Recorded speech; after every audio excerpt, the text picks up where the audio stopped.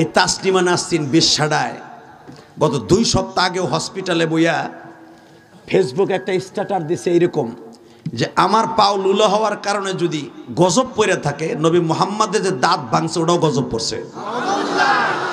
আপনারা দেখছেন, সারা পৃথিবী দেখছে। আমি রাতের অন্ধকারে হিজরত করে আইছি বাংলাদেশ থেকে মোল্লাগো পিডানির সোড়ে আমি দৌড়ে আইছি ইন্ডিয়ায় আশ্রয় নিছি। নবী মুহাম্মদও গজবের কারণে মক্কা থেকে মদিনায় হিজরত করছে।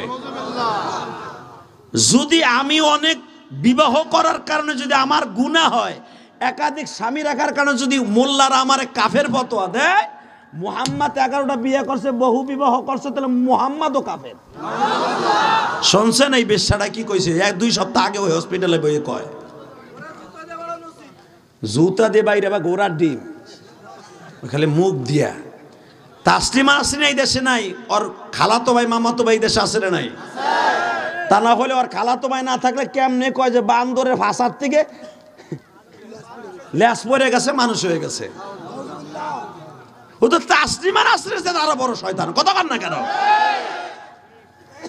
যারা কয় বান্দরের থেকে মানুষ হয়েছে, এগুলো আসলে মানুষ না, ওগুলো আসলে বান্দরের জাত।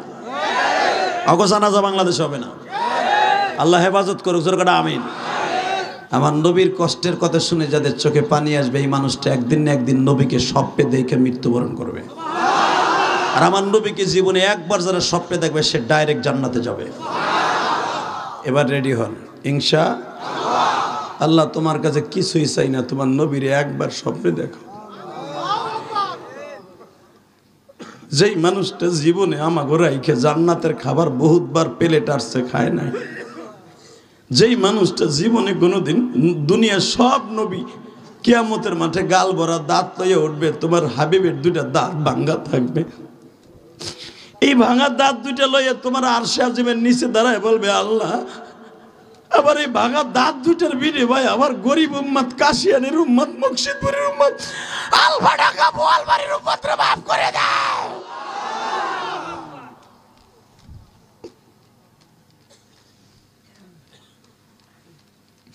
ওই নবীর লেগে কাঁদবেন না, কাঁদবেন কার লেগে?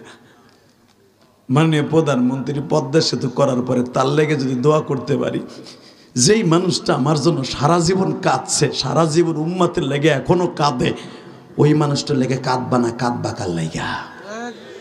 কথা বলে না কেন? ওই নবী মানুষ যদি ওই মানুষটারে কেউ গালি দেয়, ওরে লুলা বানাবা কারে?